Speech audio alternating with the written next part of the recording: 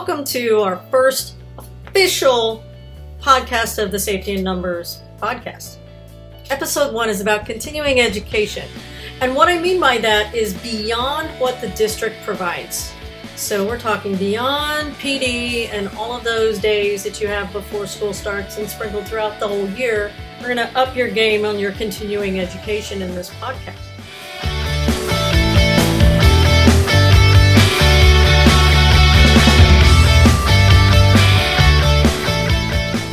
The purpose of continued learning. First, it adds to your knowledge and experiential base. The more experiences you have, the more you can put into your lessons. So think of it like a pitcher that is filling a cup. The more you have in the pitcher, the more you have available to fill others with, and the more cups that you can fill. And also this is to prevent boredom. Doing the same lesson 6 times a day for years upon years gets old really fast. Variety keeps you and your students interested. Life moves pretty fast, as Ferris Bueller said. If you don't stop and look around once in a while, you could miss it. Today's technology changes, culture changes, vocabulary changes, clothing styles changes, hairstyles changes, movies change. Stay on the ride. Sometimes the old days are good, sometimes they're just old. And cleaning out the basement. What I mean by that is just get rid of the clutter in your head and in your classroom. If you haven't used it in 5 years, move on or revamp it. Revamping old projects and lessons and mixing in new concepts and new ideas that you get from other people is a great way to make things fun. I'll give you 2 examples. The summer vacation project is a project I came up with while I was traveling to Colorado. It started out where I would get these paper maps and atlases, which were pretty cheap to come by, and the kids would map out their route using highlighters and figure out the distances and everything based on the little numbers on the map. It was a great project, but then all of a sudden, Google Maps came along, MapQuest, Apple Maps, all of these technology-based mapping programs. So what did I do? I changed it. We got online, we figured out these programs. How do you use them? How can it help you plan your trip? And we did all of these other things. I added to an old project, cleaning out the basement, pulling something out of the dust and renewing it. Nobody likes a musty, smelly, dirty old basement. Clean it out. Nobody likes a boring, smelly, dirty old classroom. Well, I think you get the idea. Life learning, what I mean by that is take a look at the world around you. Notice how your discipline plays a part in the things that you do in your actual life. If what you teach is far removed from your students' circle of influence, from their worldview, it will not have a lasting impact on them because they can't relate to it. So find out how your lesson and your objectives are used in just everyday life. Do some internet searches and see if you're not for sure. Like my subject of math and then also science, if you do some quick internet searches, you can find things like integers and how they're used in different ways for things like stock market and temperatures and all this other stuff. There was one thing, though, that I always had trouble with, and that was absolute value. I'm like, when did they ever use absolute value? I did a quick search, and they have statistical uses for absolute value. Granted, there are very specific uses, but they do have a use. So it gives it a context for which it's not just something you can do with a number. Because a lot of kids will look at that and they think, well, they're just randomly doing stuff with a number. They're not actually have any purpose. This shows you that there is a purpose to it. There are some things, not so sure about other subjects, but especially in math, there are some things that not everybody is going to use.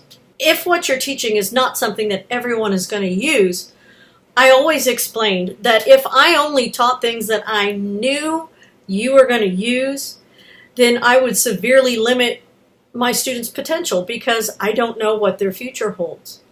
If I only taught them adding and subtracting because I know they're going to buy things and I know they're going to work with money and time, then what about passing the test to get into a college engineer program? Whoa, that's going to have some other uses.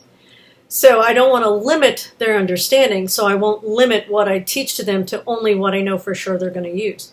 Now, in 10 years if they don't use it. Okay. Have I harmed them by teaching them to use it? No. Another way to continue your education is to read. And I have a couple of my favorite authors. I have read a lot of different books on education and teaching. One of the districts I taught in was like every year they would give us a book to read and use in our classroom. And many times they were very different philosophies. On their own, they were great. But when one year you used this philosophy and then the next year you switched to this one, you weren't even used to that one, and then you had to switch to another one. The ones I'm giving you here, Dr. William Glasser and Jim and Charles Faye with Love and Logic, those I use all the time. And I would continually go back and reread those books and adjust how I use them in my classroom. So reading, but also read things on your subject matter. So math, science, I'm going to be reading math and science books that have that as their topic. I read books about classroom management. I've read a lot of books and articles and magazines on brain-based learning, which is just teaching the way that research shows that your brain learns and the way an adolescent brain learns. Reading is a great way to continue your education. You can be reading during the summer, you can be reading during your weekends. Read one book a year if you're busy or you're not much of a reader, and it will expand your knowledge base and make you a better teacher. Listening is another way of reading when somebody else is reading it to you. So audiobooks, podcasts, like this one and like others that are out there that help you to just gather information when you can listen to it while you're jogging, while you're mowing, while you're driving. All great things. Look for things and people who can add to what you know or even challenge what you know. Maybe they're talking about something that you're like, I don't think that's true. I don't think that's right. Read about it. Listen about it. It may surprise you, and it may just reinforce what you already know, but it will give you a better experiences and better facts, or give you new information about learning that you were unaware of before because the research just came in. Watching. Again, similar to listening and reading, but watching, because these days you've got all kinds of videos out there. You've got YouTube and you've got other video platforms and video sharing sites. You've got TED Talks, all of those. But don't forget the knowledge of your own colleagues. Watch other teachers, perhaps in your discipline, perhaps not in your discipline, just to get classroom management techniques. Teachers who have taught for 5 or more years have had to develop a variety of strategies that work with their own personality. Use their wisdom. See what works with your personality, because not every teacher can teach the exact same way.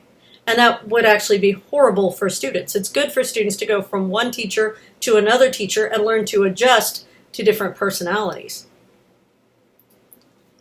Discussing topics with your fellow teachers.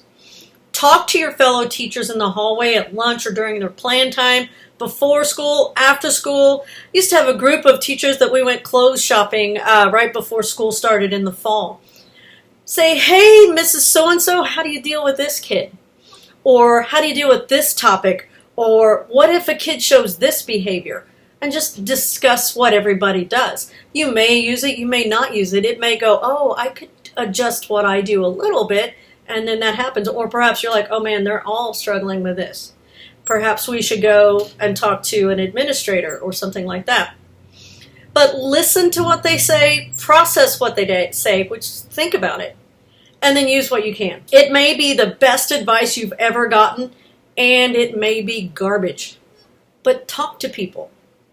Also go to workshops. I love going to workshops and talking with teachers that I meet at these workshops, because they teach at different schools in different districts. I once got into a conversation with a teacher, a math teacher from Australia, and I was surprised to notice and to realize that the struggles that he had with his students in Australia. I was a young teacher, maybe 4 or 5 years in, and his kids were struggling with the same things that my students were struggling with.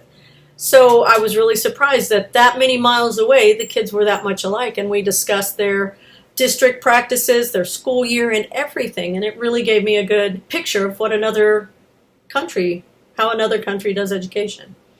There are also a lot of online teacher groups. There's Facebook teacher groups, and you can post a question in the morning and have 50 responses before lunch. You can also contribute to other teachers' questions or to other teachers' topics. Discussing and talking about is a deeper way of processing than just reading or watching or listening to, because there is a back and forth, so it engages a lot more parts of your brain and you think about it deeper. And the last thing is to literally take classes. You could take classes in your discipline. If you haven't gotten a master's degree, find one. It does not have to be at your local school. There are a lot of online education degrees that don't have the fluff that you get when you have to go through a university. Professional education workshops or webinars are another way that you can continue your education. You can also take a class in any subject that interests you. Take a guitar class. Take a painting class.